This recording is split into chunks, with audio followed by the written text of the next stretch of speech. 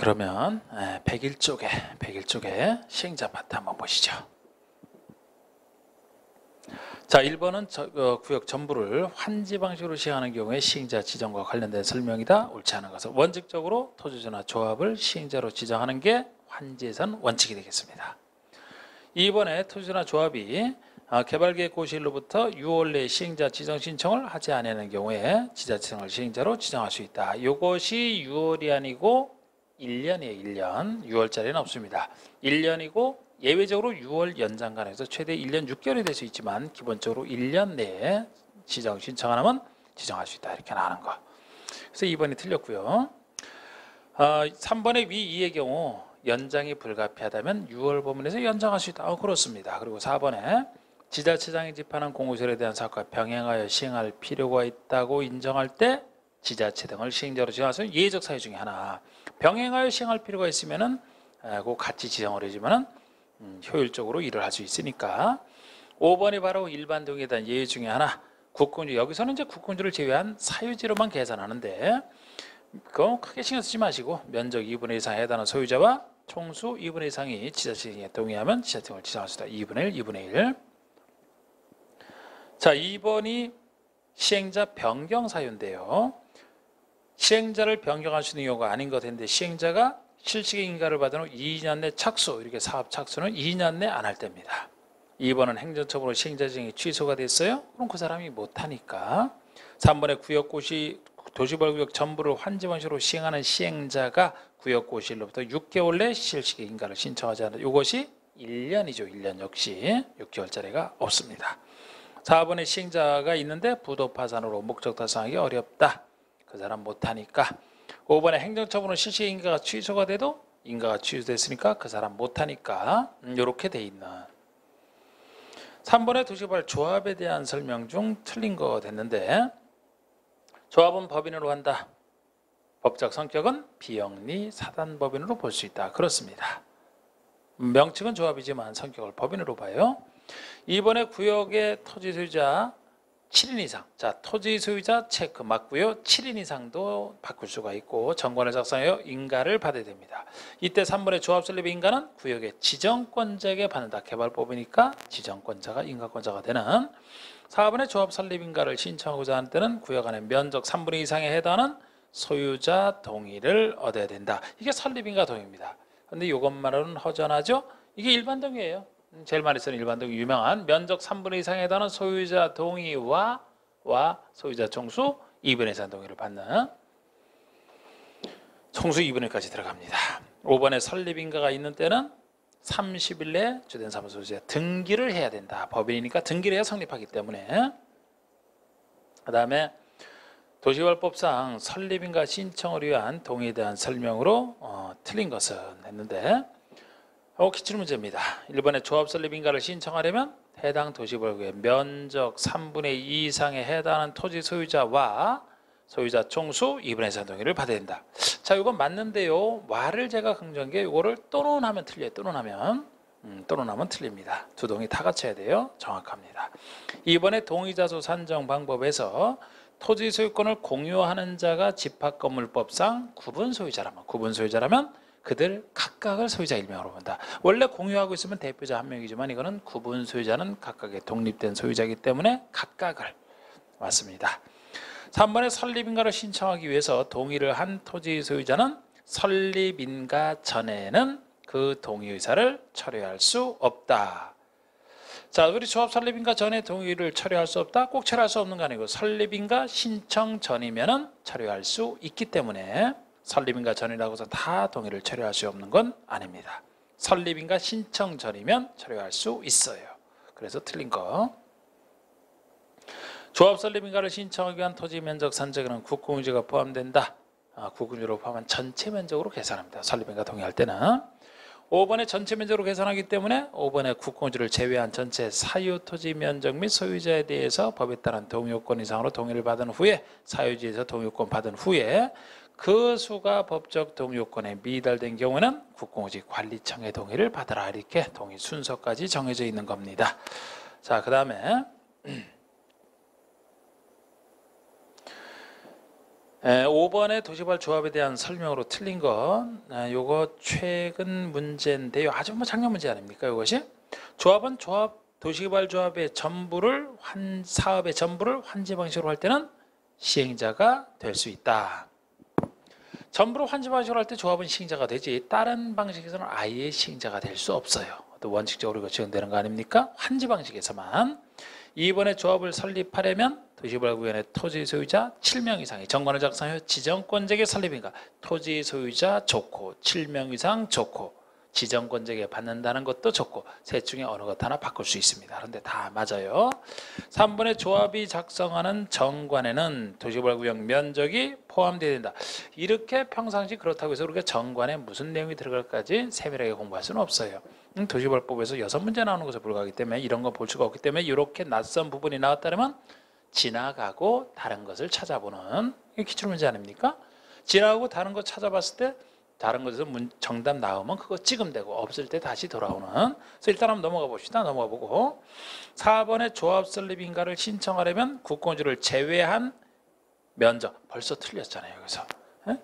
자, 우리 조합 설립인가 동의에서는 국공지를 포함한 전체 면적으로 계산하니까 이 제외한 면적 3분의 2 이상에 해당하는 소유자와 소유자 총수 2분의 1 숫자는 맞지만 국공지를 제외하니 틀렸어요. 쉽게 정답은 나온 겁니다. 이거를 만약에 3번 지문 갖고 그 정관의 내용에 들어가겠지만 들어가는지 안 들어가는지 이걸 고민하면 고민하는 순간에 시간 낭비가 되는 거예요. 넘어가고 다른 거 중요한 것을 찾아보고 정답 쉽게 나왔잖아. 5번의 조합의 이사는 그 조합의 조합장을 겸할 수 없다. 겸직금지죠. 이사는 조합장을 겸할 수 없습니다. 그리고 6번 보시면 이 6번이 15회 때 문제 아주 까마득하게 옛날에 나왔던 문제인데 왜냐하면 이게 유사한 문제가 여러 번 나왔지만 이 15회 때 나왔던 이 표 주고 한 것이 이게 제일 잘 나온 문제이기 때문에 과거 문제지만 요거를 한번 풀어보겠습니다. 요거를 소개한 건데 6번의 도시개발법상 도시개발구역의 토지 소유 현황이 다음과 같다. 도시개발 사업을 위해서 조합 설립인가를 신청하고자 하는 때 동의요건을 갖추기 위해서 필요한 최소한의 소유자 수는 몇 명이냐. 그러니까 조합 설립 동의를 받기 위해서 필요한 최소한의 수니까 몇 명을 갖춰야 되느냐 하는 얘기인데요. 자, 여러분 이것이 조합 설립인가 신청할 때는 면적 기준으로 3분의 2 이상 소유자 동의와 요거 다 갖춰야 되지 않습니까? 그럼 여기서 면적 계산할 때 전체 면적으로 계산한다. 그래서 우리 표를 딱 보시니까 전체 면적은 2만 제곱미터가 되는 거예요. 합계 있잖아. 그 바로 위가 서울시면 공유지고 국토교통부가 소유자라면 국유지가 되는데 국유지로 포함하기 때문에 전체 면적 그대로 계산하면 되고 전체 면적 계산할 때도 합계를 보시면 돼. 그냥 2만. 자, 그럼 여러분 면적이 2만이잖아. 2만이니까 요거 곱하기 3분의 2가 얼마냐. 3분의 1 곱해주면 4만을 3으로 나누게 되니까 3, 1은 3, 3, 3은 9 이렇게 될 겁니다. 13,333제곱미터 이상 동의를 받아야 되는데 일단 최소한의 동의수니까 땅을 면적이 사유지부터 계산하되 사유지 중에서도 면적이 넓은 토지의 소유자 동의부터 먼저 받아요. 최소한의 수니까. 그래서 우리 제일 처음에 나오는 김모모 씨 같은 경우는 필지수 2개를 가지고 있지만 면적 합쳐서 2,000이라는 얘기예요. 이게 각 필지를 해서 4,000 되는 게 아니고 두 필지 합쳐서 면적이 2,000이라는 얘기이기 때문에 2,000짜리부터 동의를 받게 되면 김에서부터 그 아래 황 씨까지 받게 되면은 6명이 되죠. 2, 6, 12, 12,000밖에 안 돼. 모자라. 신모 씨 동의를 받은 13,000 아직 모자라죠. 엄모 씨 동의까지 받아야 14,000이니까 요 13,330 이상을 충족합니다. 그럼 여기까지가 둘, 넷, 여섯, 8명이 돼요. 이게 8명입니다. 8명. 그러면 소유자 총수 2분에서 동의니까 소유자 총수는 몇 명이냐? 그러면 이건 다 세봐야 되죠. 14명이 돼요. 14명. 14명의 반이니까 이 부분에서는 7명이 됩니다. 최소한의 수가. 그런데 이 두 동의 요건을 다 채워야 돼. 다 갖춰야 되기 때문에 최소한의 수는 8명이 된다는 거예요. 이렇게 계산을 고 7명이다. 그럼 큰일 납니다. 만약에 7명만 갖추게 되면 이 총수 요건은 충족했지만 면적 요건을 충족을 못 하잖아요. 둘 다 또는이면 7명이 되겠지. 둘 다 갖춰야 되기 때문에 이렇게 해놓고 최소한의 수는 8명이 돼야 되는 겁니다. 그래서 답이 4번이 되는 것이고, 자, 우리 7번 문제가 도시개발법, 도시개발 조합에 대한 설문제 틀린 것은인데 조합의 조합원은 구역 내의 토지 소유자로 한다. 토지 소유자이기만 하면 당연 조합원이 되는 거예요. 찬성반대 상관없이. 그리고 2번의 조합원은 보유토지 면적에 관계없이 평등한 의결권을 갖는다. 면적에 관계없이 평등한 의결권. 다른 조합원의 소유권 일부를 이전받은 조합원이라도 정관으로 정하는 바에 따라 다른 조합원의 의결권을 승계할 수 있다. 의결권 승계하려면 전부를 이전받아야 된다. 전부를. 일부를 이전받아서는 그 사람이 나머지 일부를 행사하기 때문에 의결권 승계가 안 됩니다. 그리고 4번의 조합의 설립에 반대한 소유자도 조합원 자격이 있고요. 찬성반대 상관없이 소유자에게만 되니까. 공유토지는 공유자 동의를 받은 대표 공유자 1명만 의결권이 있다는 얘기가 되고 자, 그 다음에 8번에 조합의 임원에 대한 설명으로서 틀린 것은 이사는 의결권을 가진 조합원이어야 된다. 의결권을 가진 조합원이어야만 이사가 됩니다. 자격. 이사는 그 조합의 조합장을 겸할 수 없다. 겸직금지. 맞죠? 감사의 선임은 총회의를 거쳐야 된다. 임원의 선임은 총회 의결 사항이죠. 대의원에서 대응 못합니다. 총회를 거쳐야만 돼요. 조합장은 총회 대의원의 이사회 의장이 된다. 조합장이 바로 조합을 대표하는 사람이라 의장이 되는 사람입니다. 이사의 자결한 조합과의 계약에 대해서는 조합장이 조합을 대표한다. 이 부분에서는 감사가 조합을 대표하는 감사. 이사나 조합장이나 한 동석이에요. 이사가 조합장 보좌하는 역할이거든. 그래서 조합장이나 이사의 자결한 조합과 계약 소송은 감사가 대표한다라는 거. 그 다음에 9번 보시면 대의원에 대한 설명이 좀 틀린 것인데 대의원은 의결권을 가진 조합원 중에서 선출. 대의원도 마찬가지예요. 조합원 아닌 자는 될 수가 없어요. 그 다음에 조합원의 수가 50인 이상인 조합은 총회 권한을 대행하기 위해서 대의원을 두어야 한다. 이게 틀렸죠? 둘 수 있다. 도시개발조합의 대의원에만 임의기관 50인 이상에 둘 수 있다. 3번의 대의원의 수는 조합원 총수의 10% 이상, 너무 작아던데 맞고요. 4번의 대의원은 총회 권한 중 실시계획 수립에 대해서 대행할 수 있다. 실시계획은 대행할 수 있는 것에 들어가죠. 세 가지 중에 실시계획만 총회 정권사항이 아니잖아요. 5번의 대의원은 총회 권한 중에 개발계획 수립에 대해서는 대행할 수 없다니까 맞는 거예요. 우리 개발계획과 환지계획은 총회 정권사항에 들어가기 때문에. 그래서 2번. 자, 10번의 개발법상 도시개발조합의 대의원회는 총회 권한을 대행할 수 있다. 다음 중 대의원회가 대행할 수 있는 권한은 무엇이냐? 정관 변경, 총회 정권상, 실시계획 수립 변경. 이것이 아까도 나왔지만 대의원회가 대행할 수 있는 사항이죠. 환지계획 작성, 총회 정권상, 임원 선임, 조합의 합병 예산, 총회 정권상이 되겠습니다.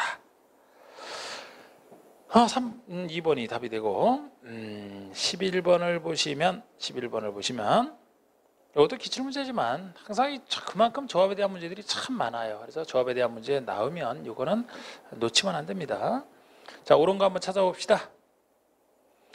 조합의 설립인가를 신청하려면 해당 도시개발구역의 면적 3분의 2 이상에 해당하는 소유자 동의 또는 그 구역의 소유자 총수 2분의 1 이상 동의를 받아야 된다.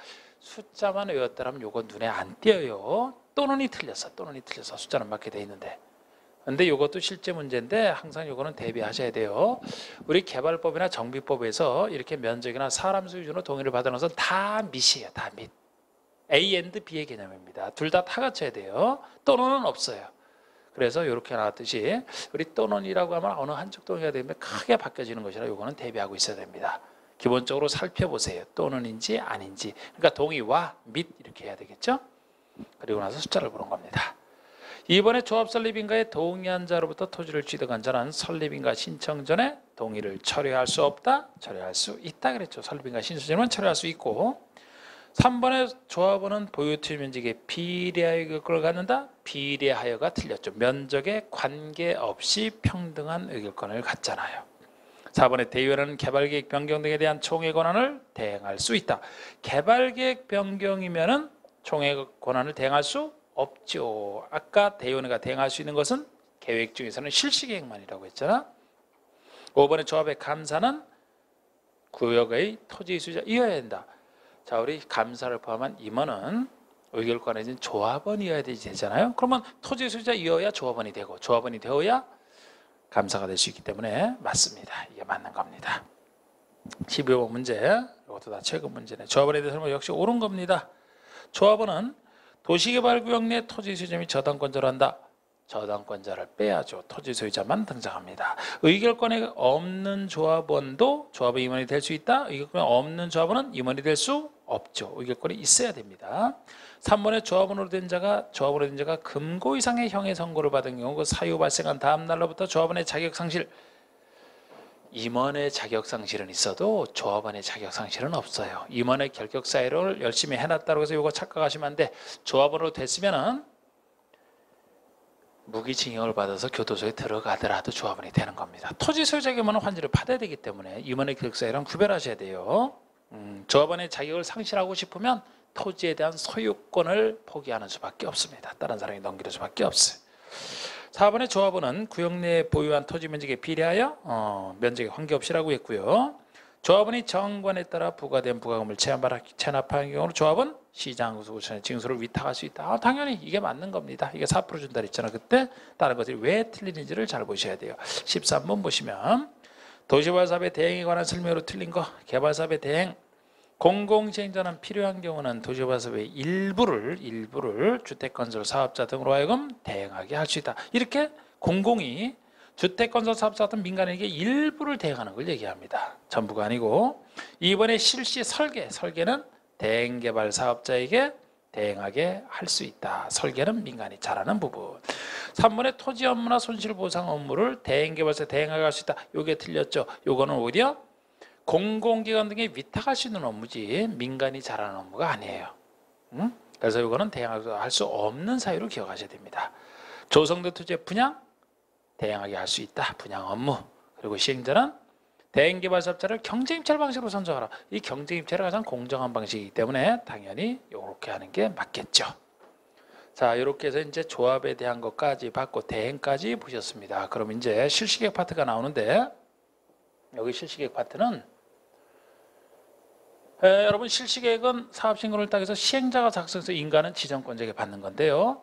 여기서 좀 주의할 얘기를 하면 우리 실시계획, 우리 지구단위계 구역이 되면 지구단위계를 세워서 사업을 할 수 있게 만들어줘야 되는데 우리 지구단위계 개발계획 내용이 들어가는 게 아니고 실시계획 내용에 지구단위가 포함된다는 게 특이합니다. 그런데 이게 특이했기 때문에 과거에는 요거를 물었는데 이제는 하도 식상해서 안 물어보는 거지. 하여튼 정답화시키진 않더라고요 요새. 하여튼 지구단위 계획이 실시계획 내용에 들어가는 것이고 실시계획 인가고시가 되면 우리 인가를 내줄 때 지정권자가 인가를 내준다 그랬잖아요. 각각 지정권자 중에 시도지사, 대도시장이면은 시도지사 등이면 바로 아랫사람인 시장구수구청장의 의견을 이건 본인이 취업하고 국장이라면 시도지사 등의 의견을 들어서 해주게 돼 있어요. 그리고 실시계획 고시가 됐을 때 이 고시된 내용 중에 관리계획으로 결정할 사람이 있으면 그 사항에 대해서는 관리계획 결정고시장소로 봅니다.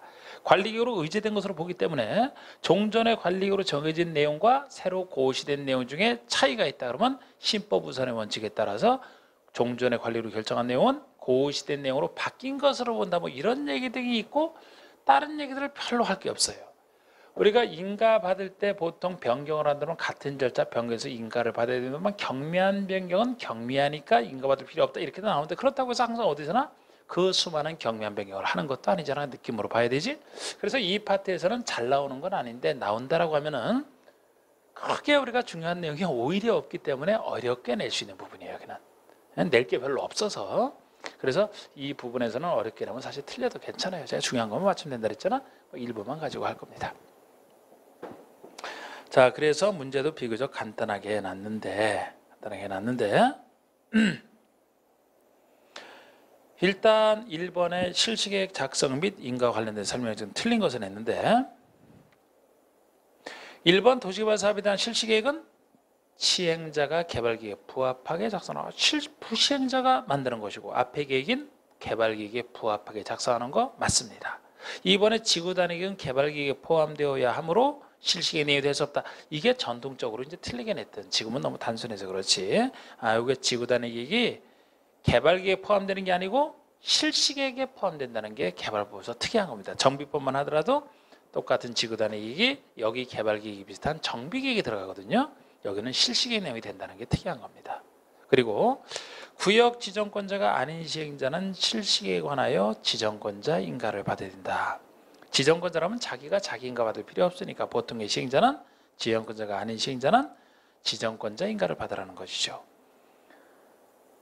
4번의 실시의 고시 내용 중에 관리로 결정해야 될 사항은 관리기 결정고시로 본다. 이런 내용도 있고 5번의 사이에서 관리로 결정고시 된 사항에 대한 관리기에 대한 지형도면 고시는 사업 시행 기간 안에 할 수 있다. 이런 얘기도 있어요. 그런데 주로 2번 틀리는 얘기고 그 다음에 뭐 2번에 23회 기출문제가 나오는데 실시에 대한 설명으로 틀린 거 됐는데 시행자는 지구 단위에 포함된 실시계획을 작성하라. 정확합니다. 시행자는 사업 시행 면적을 10% 보면서 감소시키고자 하는 경우는 인가받은 실시계획 내용에 대해서 변경인가 이게 틀린 게 원래 그 실시계획 인가를 받죠. 변경할 때는 변경인가를 받아야 되는 게 원칙인데 10%그 사업 시행 면적을 10% 범위 안에서 감소한대. 면적을 축소하죠. 10% 범위에서 이렇게 특히 10% 범위에서 축소하는 것을 경미한 변경이라고 봐요.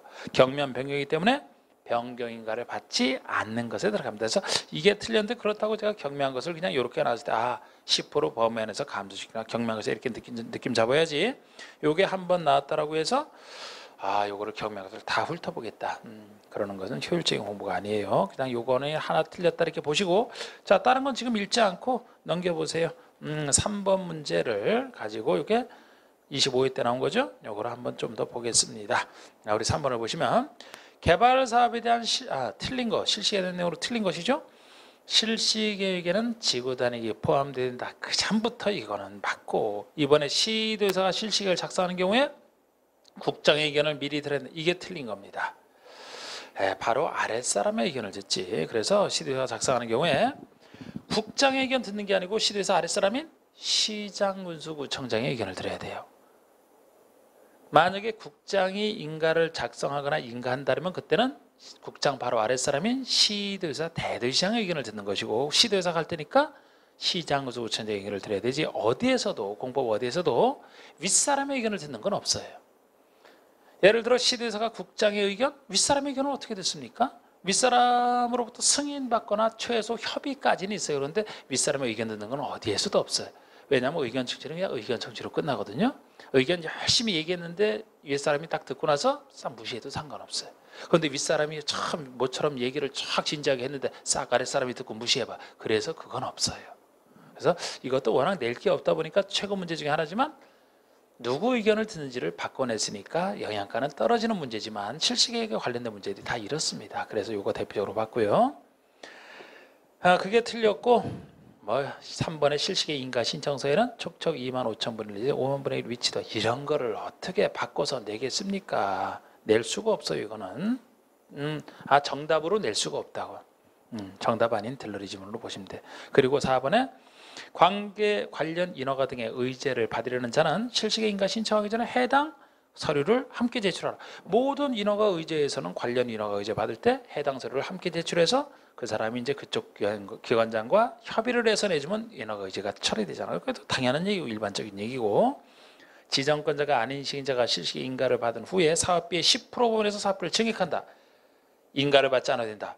이것도 경미한 사항 중에 하나가 되는 인가받지 않아야 되는 경미한 변경인데 아까 면적이 10% 범위에서 축소할 때죠. 그런데 사업비는 10% 범위에서 증감이 다 경미한 거예요. 사업비는 10% 범위에서 감액하거나 증액하는 것도 다 경미한 사항이라 이것도 인가받지 않는 게 이 정도로 한번 보여드렸습니다. 자, 그러면 그 다음에는 수용 사용 방식에 의한 사업시행이 나오는데 수용 사용 방식에 의한 사업시행이 나오는데 자, 또 여기서 한번 좀 봐주시죠. 여기서 보시면은 자, 우리 수용사용 방식으로 사업을 하게 되면 주로 이것은 일반인에게 준다 그랬잖아. 일반인에게 보통 주는 게 조성토지예요. 이 조성토지가 시행자가 도시개발사 목적도로 조성하여 만든 토지 등을 얘기합니다. 조성하여 만든 토지라고 주문해요. 예를 들어 주거단지 조성이 목적이다라면 이제 택지로 조성을 하겠죠. 공장 개발하는 게 목적이라면 공장 지을 땅으로 조성을 할 겁니다. 그래서 이것이 이제 수용상에서 보통 토지가 되거든요. 이게. 근데 나중에 나온 게 원형지가 있어요. 원형지라는 건 원래 형태를 유지하는 땅이기 때문에 조성하지 않은 상태의 땅을 원형지라고 합니다. 그래서 원래는 요거로 충분한데 이쪽에 일반인에게 주는 게 요건데, 요거 일반인에게 주는 거잖아. 일반인에게 주는 건데, 원형지는 나중에 나온 것으로서 이거는 특정인만 받을 수 있어요. 아무나 못 받습니다. 이 조성 토지에 비해서 원형지가 훨씬 싸요. 조성을 안 했기 때문에 그만큼 쌉니다.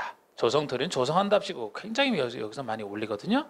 그래서 이건 원형지는 일단 조성 토지보다 싸다는 거. 그리고 이 원형지를 받은 사람이 그대로 받은 상태에서 자기 계정대로 개발할 수 있다는 점에서 원형지는 조성지에 좋은 땅이고, 이 좋은 땅은 아무나 못 받게 돼 있어요. 주로 공공기관이 받을 수 있는 근거를 마련해놨고, 민간인 중에서는 일부만 받을 수 있게 해놨습니다. 누가 받는지부터 보셔야 되는데, 이런 식으로 일단 구별을 해두셔야 돼. 나중에 환지를 한다는 환지 방식에서는 주는 땅이 환지고, 교환해주는 땅이 환지고, 교환하지 않고 남겨놓는 것을 보류지, 이 두 땅이 존재하거든요. 환지 아니면 보류지 두 땅만 존재합니다. 여기서는 조성토지와 원형지인데, 근데 제가 이렇게 지금 분류만 하고 하는데 여기까지도 못 들어갈 것 같아요. 못 들어갑니다. 오늘 지금 남은 시간에는 이 수용 사용할 때, 요거 들어가기 직전에 우리 수용 사용할 때 중요한 얘기, 그리고 토지 상환 채권 이 정도를. 자, 그러면 수용 사용 방식으로서 수용 사용할 때는 당연히 이쪽에 시행자로 지정된 사람은 공공이 됐든 민간이 됐든, 제가 아까 수용 사용 방식이 돈이 많이 들어가는 방식이기 때문에 민간인이 주로 차별받는다라고 했는데, 일단 민간 시행자라도 수용 사용 방식의 시행자로 됐으면 수용 사용권은 가져야 돼요. 이걸 자체가 없으면 아예 못하잖아, 지정됐어도. 그래서 이 수용 사용권은 시행자의 권한이지만, 이 중에서 민간인은 그 수용 사용권을 행사하기 위해서는 차별받아요.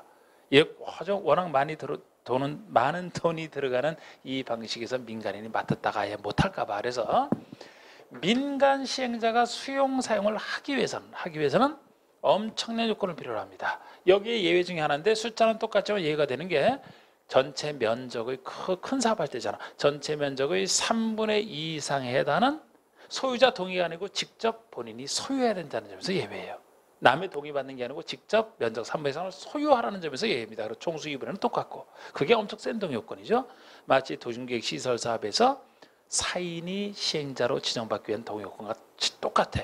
그래서 다시 말씀드리면, 여기서 수용 사용할 때 민간인은 차별받는다. 수용 사용권은 있지만 행사하기 위해서는 면적 3분의 2 이상을 소유하고 총수 2분의 1 아셔야 되고, 민간인에 대한 차별.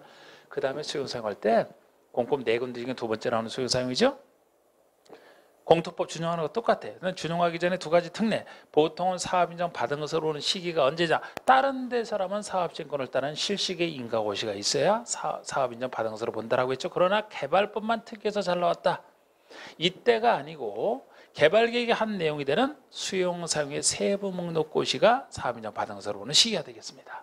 이게 특이한 거예요. 왜냐하면 다른 데서 수용 사용보다는 여기는 하나의 사업의 방식으로서 수용 사용일 때 엄청난 돈이 들어가는데, 이때는 가격이 이때보다는 훨씬 올라 있을 때고, 이때는 가격이 덜 올라 있기 때문에 여기서만 예외를 인정하는 거예요. 이때가 아니고 수용 사용을 무엇을 할지 세부 목록을 다 고시하는 순간에 사업인정 받은 것으로 보면 훨씬 보상금이 줄어들 수가 있잖아. 특수한 규정입니다. 그거 하나 기억하셔야 되고, 또 재결 신청은 1년은 다 안 쓰고, 그죠? 여기서 개발계획에서 정하는 시행기간 내에만 하면 돼. 이건 다 똑같은 얘기가 되겠습니다. 재결 신청 1년이든 특례.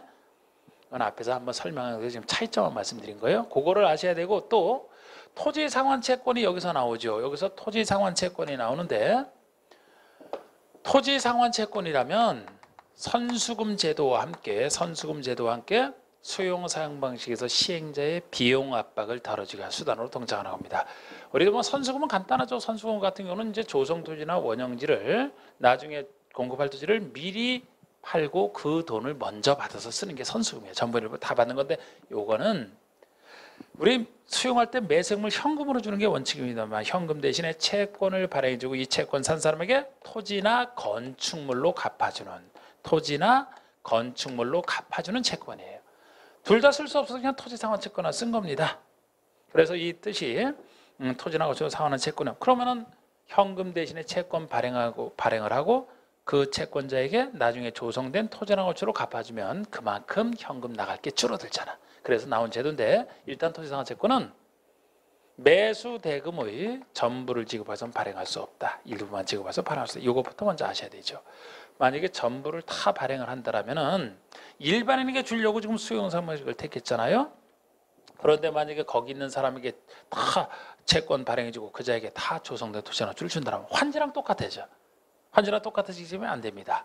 일부만이고 이 일부가 어느 정도 규모냐면은 분양할 토지나 건축물의 2분의 1이 한도예요. 2분의 1 범위 내에서 50% 내에서 그 얘기는 최소 반은 분양할 것의 최소 반은 여기 있는 사람 아니고 일반에 줄 수 있어야 된다. 그렇게 반반 chế度로 생각하시면 돼. 그리고 이거는 토지나 건축물 하나 값에 대한 큰 채권이기 때문에 우리 공포에 나온 4가지 채권 중에서는 요거가 비슷한 채권이 주택 상환사채가 있어요.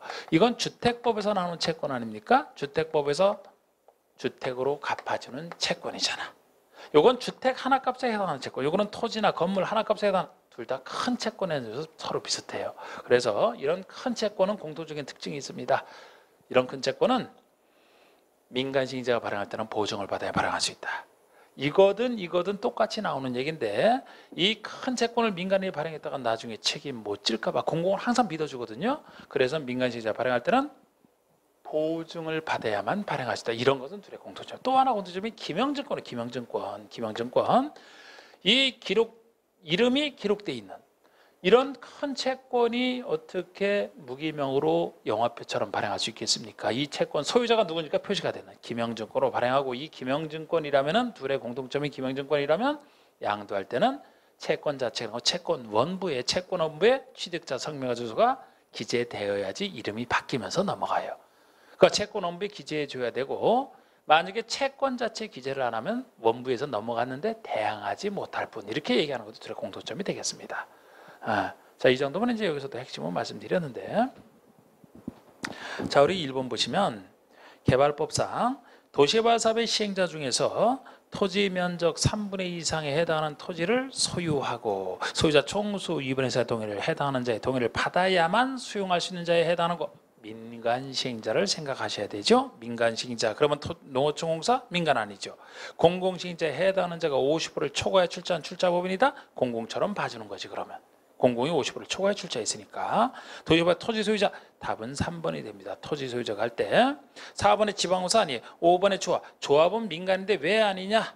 조합은 환지 방식에서만 시행자가 되지 수용상에서는 처음부터 시행자가 안 되기 때문에 빠지는 거예요. 그래서 조합을 제외한 민간 시행자 이렇게 표현을 하는 거죠. 자, 2번 보시면 도시개발 사업을 수용 사용 방식에서 시행하는 경우 토지 등의 수용 사용에 관한 설명이다. 옳은 것은 1번 행정청이 시행자에 한하여 토지 등을 수용 사용할 수 있다. 벌써 한하여 절대 이런 건 한번 의심해 보라고 했는데 행정청이 시행자에 한하여 수용 사용할 수 있는 게 아닙니다. 비행정청의 시행자도 수용사용은 있어요. 제가 수용사용권 자체는 시행자의 권한이라고 했잖아. 시행자의 권한. 단지 민간 시행자는 차별받을 뿐이라고 했잖아요. 이번에 민간 시행자는 사업 대상 토지 면적의 3분의 2 이상에 해당하는 소유자 동의와 총수 2분의 2 이상에 해당하는 자의 동의를 얻어야 토지 등을 수용 사용할 수 있다.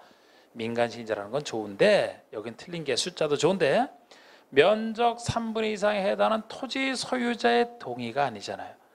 남의 소유자 동의를 받는 경우로 직접 소유하라는 점에서 예외라고 했어요. 그래서 그 부분이 틀렸습니다.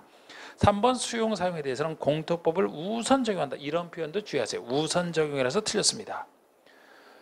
지금 수용 사용에 대해서는 공토법을 준용하는 건 맞는데 이 공토법을 준용하는 거에서 이 법의 이 개발법의 특별한 규정이 있으면 그거를 먼저 적용하고 없는 규정에 대해서 공토법을 준용하겠다는 얘기지 이걸 우선 적용한다면 공토법을 먼저 적용하고 없는 내용에 대해서 개발법을 적용하겠다는 얘기가 돼요. 그래서 틀린 겁니다. 그래서 항상 여기뿐만 아니고 다른 데서도 어느 법을 준용한다 그러면 그 법의 규정을 먼저 쓰고 없는 내용에 대해서 준용한다는 얘기지 우선 적용한다는 표현은 다 틀리는 거예요.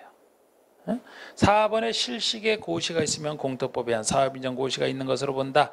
이것도 유명한 얘기. 사업인정 고시가 있는 것으로 보는 시기는 실식의 고시가 있는 때가 아니고 수용 사용의 세부 목록을 고시한 때잖아. 수용 사용의 세부 목록 고시 유명한 얘기입니다. 5번의 재결 신청은 개발계에서 정하고 있는 도시개발 사업 시행기간 종료일까지 행하면 된다.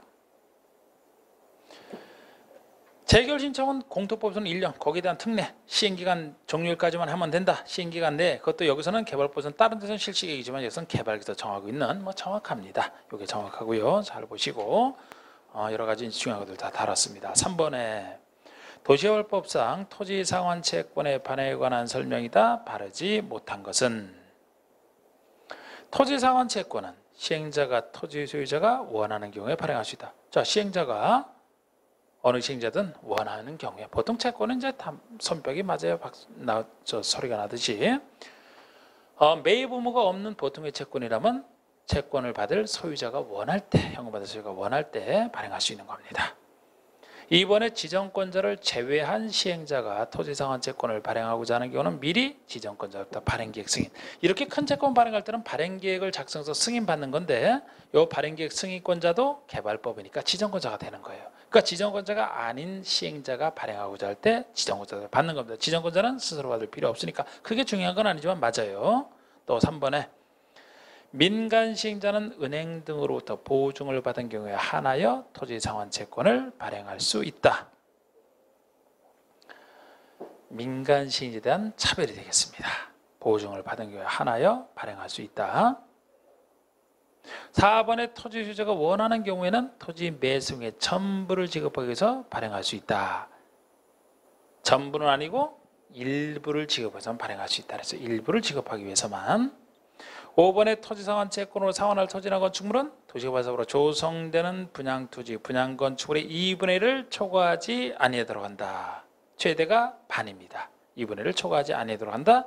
맞고요. 맞고. 자, 4번 문제 토지상환채권에 대한 설명으로 옳은 것은 제가 그다음에 여러 번 냈었습니다. 그런데 1번 옳은 거.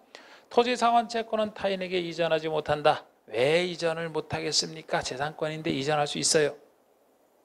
이전할 때는 이제 그 채권 취득자의 성명과 주소를 채권 원부의 기재조건을 요청하라 이렇게 나가는 거죠. 원부가 바뀌어야 되니까 이전을 전제로 한 규정입니다. 그런데 우리 공법에 나오는 4가지 채권 중에서 전체 4가지 채권 중에서 원칙적으로 타인에게 이전하지 못하는 것은 주택상환사채가 유일해요. 주택상환사채가. 요거는 주택을 받는 채권이라 나중에 주택법에서 그 유명한 주택공급질서 교란금지라는 특별 규정에 걸려서 거기 그것 때문에 이전 못하지. 그래서 거기서 주택상환사채는 원칙적으로 이전 못하고 예외적으로 부득이한 경우에만 이전이 가능하잖아. 다른 채권은 다 이전 원칙적으로 된다고 보시면 됩니다. 그래서 1번 틀렸고요. 2번의 토지상환채권은 기명식 또는 무기명, 기명식으로만 발행해요. 큰 채권이라 기명식으로만. 3번의 토지상환채권의 이율은 발행 당시에 금융기관의 예금금리, 부동산 수급상을 고려하여 기획재정부 장관이 정한다. 아니 상식적으로 기획재정부 장관이 장관인데 이런 거 토지상환채권 이율이나 정하고 다니겠습니까? 근데 기출문제를 풀다 보면 항상 제가 기출문제 지금까지 항상 연구를 해보면은 이상하게 이 문제를 내시는 분들이 기획재정부 장관과 무슨 사이가 안 좋은지 여기뿐만 아니고 다른 데서 자꾸 기획재정부 장관에서 틀리게 낸 게 여러 번 있더라고. 참 기획재정부 장관은 이거 보면 참 통탄하겠지. 하여튼 보통 채권의 구체적인 이율이나 상환기간은요 발행자가 정하는 게 원칙이에요. 발행자가 채권의 발행자가 근데 이제 발행자가 정하는 게 보통인데 우리 공법에 나오는 예를 들어 뭐 지자체가 발행하는 채권이 있다 그러면 지자체가 발행하기 때문에 지자체를 통제하는 지자체 조례로 정하라 이런 식으로 돼 있지 보통 발행자가 다 하는 겁니다. 아니 장관이 뭔 일이 있다고 이걸 해주겠습니까? 어떻게 좀 장관이 4번에 도시개발구역의 토지 소유자인 시행자가 자 우리 시행자 중에서 토지 소유자라고 따로 적어놨어요. 그럼 토지 소유자라면 민간 시행자를 얘기하잖아. 토지 소유자 시행자가 토지 상환채권을 발행하는 때는 은행법에 따른 은행과 뭐 보험회사 등 은행 등의 지급 보증을 받아야 된다.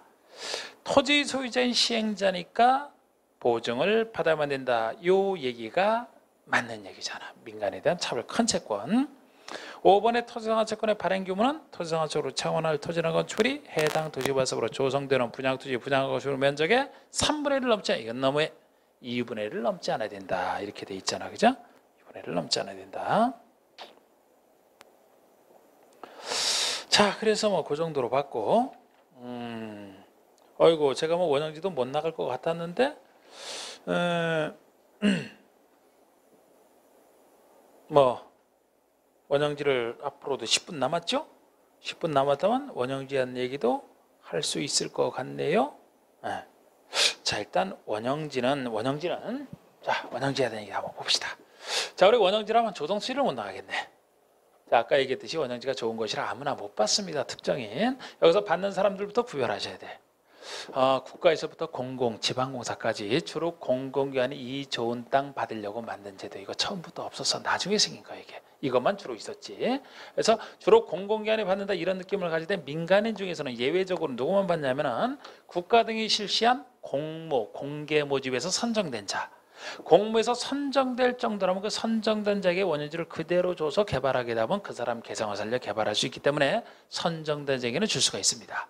그러니까 민간인 중에서는 그렇게 공모에서 선정될 정도로 아주 머리가 뛰어나거나 아니면 학교나 공장 등의 부지로 원형지를 직접 사용하는 자, 원형지를 받아서 학교나 공장 지을 정도 되는 사람만 받을 수 있어요. 일단 그거부터 보셔야 되고, 그리고 이 원형지라는 게 너무 많으면 안 돼요. 너무 많으면 조성토지가 위축이 되기 때문에, 원래 도시발사는 목적대로 하는 건 조성토지거든요. 그렇기 때문에 이 원형지는 한도가 있어요. 원형지가 차지하는 비율이 전체 면적에서 3분의 1을 넘지 못해요. 우리가 이제 조금 작다 할 때 30% 이하, 3분의 1 뭐 이하 이렇게 따지는데, 조금 작은 한도가 3분의 1이 한도가 됩니다. 3분의 1 한도가 되고, 그리고 원형지는 매각 제한도 걸려요. 매각 제한도. 이 원형지가 좋은 땅이라 이걸 받자마자 시세차익이 생겼다고 바로 팔면 안 된다. 그래서 매각 제한 걸리는데, 이 매각 제한도 주의할 게 원형지 공급받는 자 공공기관과 아까 민간인 중에서도 국가 지자체만 쏙 빠져나갑니다. 국가 지자체 행정청은 이런 그런 제한 안 받겠다라는 거예요. 그래서 국가 지자체를 제외한 나머지 원형지 개발자는 매각 제한을 걸리는데, 우리 법에서는 10년 내에서 영위 정하라. 영위 정한 것도 구체로 따지면은 원형지를 이제 그 시행자가 원형지 받을 특정인과 개개별로 공급 계약을 체결하거든요. 공급 계약 체결해서 이 공급 계약에 따라 공급을 하게 되면은 본인이 받은 자가 공사를 시작해서 공사 끝나고 나서 공사 완료 공고가 있을 겁니다. 그래서 우리가 순서를 적어놓으면 공급 계약이 먼저 나오고 그 다음에 공사 완료 공고가 뒤에 나오거든요. 그리고 10년 내에서 영위 정한 것은 아직 이것도 구체적으로 물어보진 않았지만, 하나는 10년, 5년 중에 먼저 끝나는 날 이렇게 얘기를 해요. 그러면은 당연히 10년, 5년 중에서는 먼저 나오는 공급 계약일로부터 긴 10년이 돼야지 되고, 뒤에 나오는 공사 완료 공고로부터 5년 이렇게 해야지 경쟁이 될 거 아닙니까? 이게 그래서 달라지면 안 돼요. 이 둘 중에 먼저 그림상으로는 이게 먼저 끝났죠? 그러면 이때까지 매각 못하니까 공사 완료부터 5년이 지나면 매각할 수 있다. 이렇게 하는 겁니다. 근데 아직까지는 이제 이 매각 제한에서는 국가 지자체가 제외된다 그랬죠. 혜택 받으려고 그거를 주로 물어봤었지, 이렇게 구체적으로 아직 물어보지 않았는데 충분히 물어볼 수도 있는 부분이죠. 그래서 여기까지 보셨는데, 특히 원형지를 공급할 때 얘기해요. 자, 우리 공급할 때는 우리 공급할 때는 경쟁 입찰의 방식이 있고 경쟁 입찰 방식이 있고 이 반대 수의계약 방식이 있습니다. 이게 두 개 서로 반대가 되거든요. 우리 경쟁 입찰은 누구나 경쟁적으로 입찰에 참여하게 하고, 이 입찰에 참여한 자에서 최고가로 써낸 사람을 낙찰자로 보기 때문에 가장 공정한 방식이 되기 때문에, 우리 일반인 불특정 다수인 대상으로 줄 때는 공정성을 위해서 경쟁 입찰로 공급하는 게 법의 원리예요. 원리. 일반인에게 줄 때는 공정성을 위해서. 그럼 수의계약은 반대가 되는 게 따를 숫자 뜻의 이자, 합의된 뜻에 따라서 맺는 계약이니까 이거는 처음부터 특정인과 뜻에 따라 맺는 계약을 얘기해요. 이건 특정인에게 주로 주는 것이기 때문에 원래 누구에게나 줄 수 있는 일반인에게 주는 것을 만약에 특정인과 수의계약했다? 이건 불법이 되는 겁니다. 그래서 우리 법에서도 수의계약으로 줄 수 있는 경우라면 항상 원래부터 일반인에게 못 주는 거, 특정인에게 주는 것이 오히려 합리적인 경우, 이런 경우만 예외적으로 수의계약을 정해놓고 이 정해놓은 경우만 수의계약으로 할 수가 있어요. 그래서 이런 원리이기 때문에, 자, 오늘 조성투지는 못 나가지만 조성투지는 처음부터 일반에게 주는 거라 그랬죠. 그래서 조성투지를 공급할 때는 원칙이 일반에게 주는 것이라 경쟁 입찰이 되는 겁니다. 이 틀 잡을 때 원칙이 경쟁 입찰이 되는 거예요. 오히려 예외적으로 수의계약에 의해서 줄 수 있는 경우가 있는데, 이 수의계약은 이제 특정인에게 줄 수밖에 없는 거 생각하면 이거 외우지 않아도 이해가 됩니다. 특정인에게 줄 수밖에 없는 거. 그리고 이때 추첨하는 것, 이 예외까지도 나중에 구별하셔야 돼요. 그런데 지금 하는 원형지는 공급을 한다 그러면 아무나 처음부터 특정을 해봤기 때문에 원칙이 수의계약이 되는 거예요. 다른 얘기 없으면 수의계약으로 공급한다 이렇게 보셔야 되고 특정을 해주는 것이라 오히려 예외적으로 경쟁입찰이 됩니다. 그래서 경쟁입찰 예외를 기억하시면 나머지가 수의계약이 되는 건데 이것이 학교나 공정대부지로 직접 사용하는 자 한 사람만이에요. 다른 사람은 국가에서부터 공모해서 선정된 자까지 그 자와 수의계약 다른 사람에게 주는 거 아니잖아. 그런데 학교나 공정대부지로 직접 사용하는 자는 학교나 공장 등의 용도가 특정돼 있을 뿐이지 그거를 받는 사람은 누구만 받는다는 얘기였거든요. 그러면 시행자가 학교 부지를 공급하면서 조성투를 줄 수도 있지만 원형지로 주면서 이 학교나 공장 지을 사람은 누구나 와서 신청해서 한번 받아봐라. 일반인 대상으로 주는 것이라 그것이 유일하게 경쟁입찰이 돼요. 그리고 우리 경쟁입찰 같은 경우는 2회 이상 유찰이 되면은 더 이상 안 해도 되고 수익이 하는 건 경쟁입찰에서 당연히 붙어있는 얘기가 되는 것이고 요거 하나 학교나 공정비로 직접 사용하는 자 누구나 여긴 들어갈 수 있기 때문에 그것만 경쟁입찰 나머지 수익. 자 우리 원형지대장이 했습니다. 그러면은 자 5번의 도시개발법상 원형지 공급과 개발에 관한 설명으로 틀린 거 됐는데 1번 원형지를 학교나 공장지비로 직접 사용하는 자 직접 사용한다 이렇게 나와 사용하는 자 원형지 개발자가 될 수 있다. 될 수 있어요. 받는 자 중에 한 사람이거든요. 2번 원형지 개발자 선정은 수의계약 방법으로 한다. 다만 위 1의 경우 이것만 경쟁입찰. 직접 사용하는 자지 누구만 받는다는 얘기 없어요. 3번의 시행자는 원형지 개발자가 공급받은 원형지를 시행자 동의 없이 제3자에게 매각하거나 착수기한 안에 착수를 안 한다. 즉 위반하는 경우가 있다면 우리 민법처럼 원형지 공급을 그냥 해제할 수 있는 사유로 보시면 돼. 이거는 그냥 민법 얘기처럼 비슷하게 보시면 되고요. 그게 중요한 건 아니고 4번에 원형지는 도시개발구역 전체 토지 면적의 3분의 1 이내의 면적으로만 공급될 수 있다. 원형지가 너무 많으면 안 되기 때문에 이렇게. 그리고 5번에 원형지 공급 가격은 원형지 감정가격으로 한다 했는데 원형지 감정가격이 아니에요. 우리 여기서 조성토지는 일반에게 주는 것이라 통일적으로 하려고 조성토지에 대한 가격평가는 감정가로 하는 게 원칙입니다. 예외적으로 다른 거 있지만 근데 원형지만큼은 특정인에게 주는 것은 주로 수의계약으로 주기 때문에 이때는 원칙적으로 시행자와 받을 자라 원형지 개발자가 협의해서 정해요. 협의해서 정하는데 이제 그 여러 가지 감정가격 이런 거를 바탕으로 해서 두 사람이 협의해서 정한다는 게 특징입니다. 나중에 그 환지 방식의 가격이랑 다 달라요. 정하는 게. 그래서 이거 감정가로 그냥 하는 게 아니고 해설처럼 개발계획이 반영된 원형지 감정가격에 시행자가 원형지 수장 기반시설 공사비를 더한 금액 이렇게 하는 게 아니고 이걸 기준으로 할 뿐이잖아. 이걸 기준으로 해서 시행자와 개발자가 협의해서 결정하는 게 원형지 가격 결정의 특징이 되겠습니다. 그냥 감정가로 하는 것은 조성토지 할 때예요. 조성토지. 자 6번 개발법상 원형지 공급과 개발에 관한 설명으로 틀린 거. 원형지는 도시개발구역 안에서 도시개발구역으로 조성되지 아니한 상태의 토지이게 원형지 개념이죠. 조성되지 아니한 상태 토지. 이번에 공급될 수 있는 원형지 면적은 전체 구역 면적의 3분의 1 내로 한정한다. 좋고 원형지 개발자인 지자체는 10년 범위에서 영위정하는 기간 안에는 원형지를 매각할 수 없다. 지자체이기 때문에 매각 제한 안 걸립니다. 국가나 지자체는 제외된다 그랬잖아요. 이거를 그래서 틀리긴 했던 거예요. 숫자보다도 국가 지자체 제외된다라는 거. 근데 해설을 통해서 아까 제가 한 것은 그대로 보시고 4번의 도시개발구역 지정권자는 원형지 공급 개발에 승인을 할 때는 교통처리계획 및 기반서 설치에 대한 이행 조건을 어디서나 조건은 붙일 수 있어요. 개발 허가든 뭐든 조건은 어디서나 붙일 수 있다. 그리고 원형지를 공장부지로 직접 사용하는 자를 원형지 개발자를 선정할 때는 공장부지 직접 사용하는 자 경쟁입찰 방식으로 하되 경쟁입찰이죠. 경쟁입찰이 2회 이상 유찰된 경우는 수의계약 방법으로 할 수 있다. 이 얘기도 정확히 맞는 얘기가 되는 거죠. 그래서 자, 그 다음에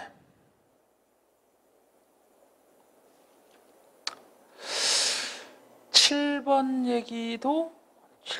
얘기도 우리가 한글로 풀 수 있는 얘기죠. 7번까지 한번 풀죠. 자, 수용 사용 방식에 대한 사업시행에 대한 설명으로 옳은 것은 작년 문제입니다. 지정 시행자가 아닌 지정권자는 도시개발사업에 필요한 토지 등을 수용할 수 있다. 아니 수용은 제가 시행자의 권한이라고 했잖아요. 시행자의 권한. 그러면 시행자가 아닌 지정권자래. 아니 지정권자가 시행자가 아닌데 왜 수용을 합니까? 그래서 이건 수용할 수 없다예요. 시행자가 수용할 수 있지 지정권자가 시행도 안 하는데 왜 수용을 합니까? 쓸데없이 이렇게 바꿔낸 거죠. 2번에 도시개발 사업을 위한 토지 등의 수용에 관하여 특별한 규정이 없으면 도시 및 주관경 정비법에 따른다. 웬 정비법 왜 나옵니까? 수용에 대해서는 공토법, 공익사업을 위한 토지 등의 취득 보상으로 하면 공토법에 따르는 거죠. 3번에 수용의 대상이 되는 토지의 세부 목록을 고시한 경우 공토법에 사업인정 고시가 있었던 것으로 본다. 유명한 얘기, 옳은 거 찾는 거잖아. 그런데 27회 때도 했지만 다른 거 막 바꿔냈지만 그죠? 이 중요한 거 쉬운 걸 낸 거라고. 이거는 개발법의 특징이기 때문에 수용, 사용의 세부 목록 고시한 때 받은 것으로 본다. 이게 그냥 정답이 되겠습니다. 보세요. 정답 간단하잖아. 막 1번처럼 꼬아냈어도 정답은 간단합니다. 4번에 국가에 공급될 수 있는 원형지 면적은 전체의 3분의 2까지 가능하다. 3분의 1까지 가능하죠. 5번에 시행자가 토지상환 채권을 발행할 경우 그 발행 규모는 토지상환 채권으로 상환할 토지랑 건축물이 도시개발 사업으로 조성되는 분양구 토지 분양을 줄 면적의 3분의 1을 초과하지 않아야 된다가 아니고 이거는 2분의 1을 초과하지 않아야 되죠. 토지상환 채권에 대한 복합 문제가 되겠습니다. 그래서 자 오늘 여기까지 정확히 하시면 됐고 오늘 그동안 밀렸던 거 좀 했네요. 그러면은 그 다음에는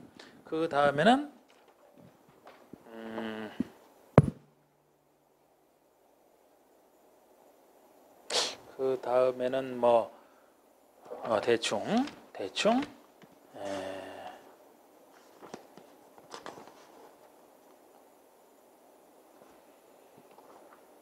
만약에 예습을 하신다면은 155쪽 정도 155쪽 정도까지 한번 대충 잡아보시고 8에 걸쳐 나가니까 약 8분의 1씩 155쪽까지 한번 예습을 해보시고 자 오늘 수고하셨습니다. 마치겠습니다.